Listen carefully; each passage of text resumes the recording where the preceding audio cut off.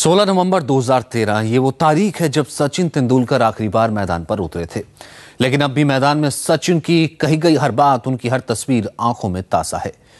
बेमिसाल करियर के खत्म होने के ठीक 20 दिन बाद सचिन तेंदुलकर इंडिया टीवी से रूबरू हुए। नमस्कार, इंडिया टीवी के दर्शकों के सामने हम आज देश के सबसे प्यारे, दुलारे और लाडले बेटे को रूबरू कराएंगे भारत रत्न सचिन तेंदुलकर से।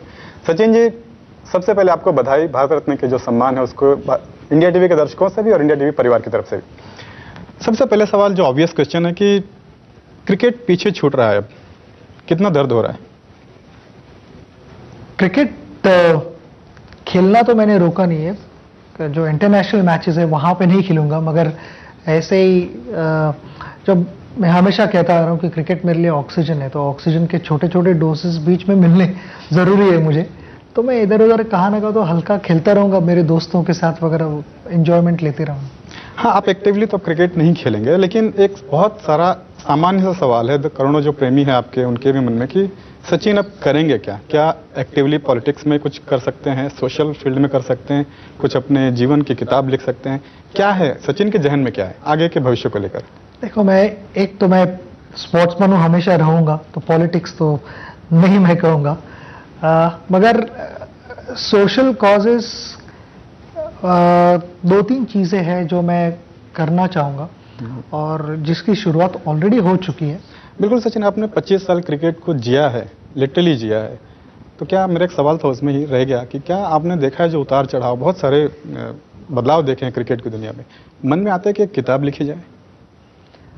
हाँ, ऐसे ऑब्वियसली मैं लिख रहा हूँ किताब, और सही वक्त पे जब कंप्लीट हो जाएगी किताब तो बाहर आएगी और लोगों को जो मैंने एक्सपीरियंस किया है पिछले 24 साल भारत को खेलते हुए और उसके पहले भी, अभी लास्ट 40 इयर्स में कहूँगा कि कैसे मेरा लाइफ प्रोग्रेस होते गया है और कौन से चैलेंजेस थे, कौन से अच्छे मोमेंट्स थे, वो सारी चीज़ें हैं, तो वो जैसे कंप्लीट होते ही फिर पता लगेगा। बिल्कुल सचिन, हम उम्मीद करते हैं कि क्रिकेट की जो किताब है वो भी अपने आप में क्रिकेट का बाइबल माना जाएगा। लेकिन 25 साल जब आपने जो पूरे क्रिकेट में बिताए हैं, एक तरफ आप क्रिकेट के आसमान की बुलंदियों को छू रहे थे, उसी समय पर क्रिकेट में एक ऐसे दाग भी आ रहे थे, मैच फिक्सिंग, स्पॉट फिक्सिंग, यहाँ तक कि हमारे IPL में भी।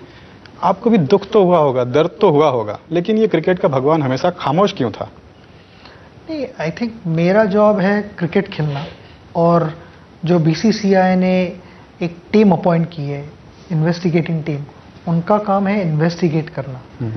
तो मेरे लिए एक सिंपल चीज़ थी कि क्रिकेट मैं मेरी तरफ से कितना अच्छा खेल सकूं और कितना राइट स्पिरिट में खेल सकूं, वो इम्पोर्टेंट था।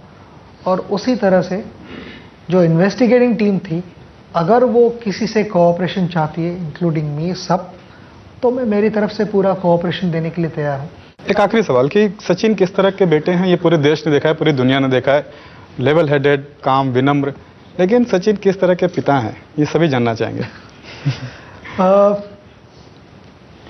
ये भी एक लाइफ में मैं कहूँगा कि एक अलग तरह का एजुकेशन है कि पेरेंट्स और उनके चाइल्ड का जो रिलेशन होता है, आप हर स्टेप पे कुछ ना कुछ तो सीख रहे होते हो।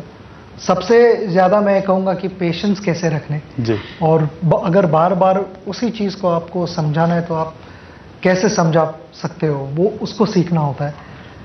वो आई थिंक मैं यही कहूँगा कि मेरे फादर और मेरे मदर दोनों का नेचर इतना काम था और एकदम कभी गुस्सा नहीं करते थे और समझा सकते थे मुझे जी। और प्यार से बताते थे हर बार। तो मैं कोशिश करता हूँ कि वो ही रिपीट कर पाऊँ। धन्यवाद सचिन, इंडिया टीवी से बात करने के लिए, और हम इंडिया टीवी की तरफ से आपको आगे के भविष्य के लिए बहुत बहुत शुभकामनाएं देते हैं। शुक्रिया। Thank you.